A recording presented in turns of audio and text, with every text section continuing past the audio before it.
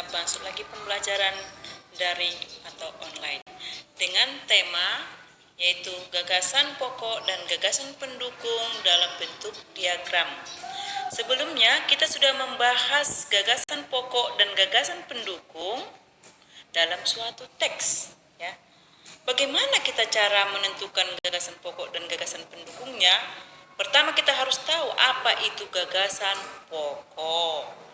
Gagasan pokok adalah apa yang dibahas dalam teks tersebut. Ya, apa aja yang dibahas, apa aja yang sering dituangkan atau dibicarakan. Nah, kalau dia gagasan pendukung, berarti itu mengenai penjelasan daripada gagasan pokok atau yang dibahas itu. Nah, untuk memudahkan informasi yang kita peroleh dalam suatu teks, maka gagasan pokok dan gagasan pendukung itu bisa kita buat atau kita tulis dalam bentuk peta pikiran. Itu sudah kita pelajari sebelumnya, ya, membuat peta pikiran, contoh reok penerogo. Nah, sekarang apa itu peta pikiran rupanya, ya?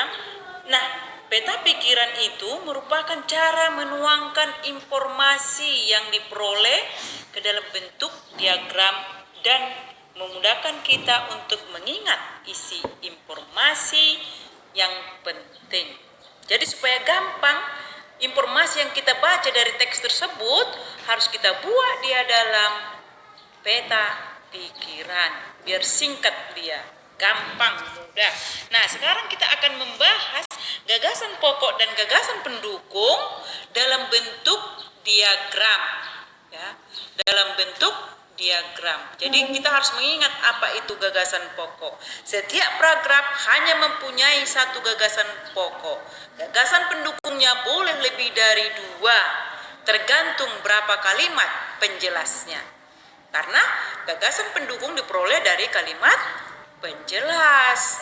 Sedangkan gagasan pokok kita peroleh dari kalimat utama.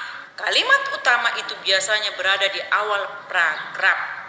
Nah, mari kita lanjut bagaimana kita memperoleh atau membuat gagasan pokok dan gagasan pendukung dalam bentuk diagram.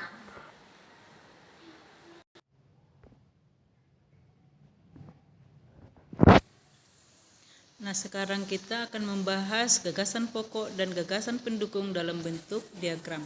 Cara menentukannya, cara membuatnya dalam bentuk diagram. Pertama, bacalah paragraf dengan seksama. 2, cermatilah kalimat pertama hingga kalimat terakhir. 3, tentukan gagasan pokok dan gagasan pendukung paragraf. 4, gagasan pokok adalah bagian inti, dapat ditulis di bagian atas atau tengah. Dan 5, gagasan pendukung adalah cabang-cabang dari gagasan pokok, dapat ditulis di bagian samping atau di bawah gagasan pokok. Jadi ingatlah, gagasan pokoknya harus berada di tengah. Itulah cara menentukan atau membuatnya dalam bentuk diagram.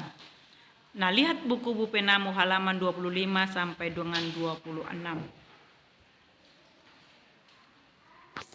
Jadi, untuk itu ada nanti contoh, ya, di halaman 25, yaitu teksnya atau paragrafnya.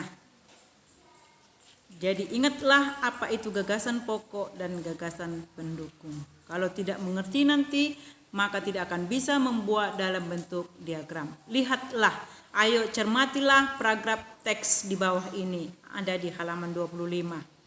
Yaitu Indonesia memiliki berbagai bahasa, misalnya bahasa Batak, bahasa Jawa, dan bahasa Sunda. Keragaman bahasa di Indonesia tidak membuat bangsa Indonesia terpecah-pecah. Bangsa Indonesia tetap menjaga persatuan dan kesatuan. Bangsa Indonesia dipersatukan oleh bahasa persatuan, yaitu bahasa Indonesia. Nah, itu teks tersebut atau paragraf tersebut ada 4 kalimat. Kalimat pertama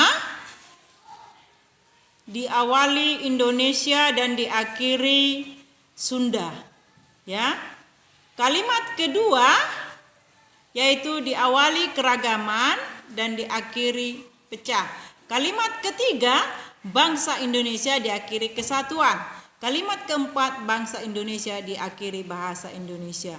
Jadi dari situ ya akan ada kita peroleh kalimat utama 1, kalimat penjelas 3. Berarti nanti gagasan pendukungnya 3, gagasan pokoknya tetap 1. Biasanya gagasan pokoknya di awal kalimat. Nah, mari kita buat dalam bentuk diagram. Tadi gagasan pokoknya di awal kalimat, yaitu gagasan pokoknya Indonesia memiliki berbagai bahasa daerah. Gagasan pendukung pertama, keragaman bahasa tidak memecah belah bangsa. Gagasan pendukung kedua, bangsa Indonesia tetap menjaga persatuan dan kesatuan. Dan gagasan pendukung ketiga, bahasa Indonesia mempersatukan bangsa Indonesia. Jadi kamu sudah harus memahami berapa kalimat paragraf tersebut. Dan ingat hanya 1 kalimat utama. Kalimat penjelasnya boleh lebih 2. Yang setelah kalimat utama maka akan diuraikan dalam kalimat penjelas. Demikianlah untuk membuat dalam bentuk diagram. Ingat, diagramnya itu harus ada tanda panahnya. Dan gagasan pokoknya harus di tengah. Sedangkan pendukungnya boleh di bawah, di atas, atau di samping.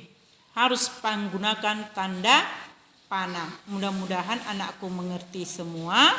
Nanti latihan, lihat halaman 26, yaitu ayo berlatih. Yaitu bacalah paragraf berikut dengan seksama. Lihat, ayo berlatih, gagasan pokok dan gagasan pendukung dalam bentuk diagram. Mudah-mudahan anakku bisa mengerjakannya. Selamat pagi, Tuhan Yesus memberkati kita. Sekian, terima kasih.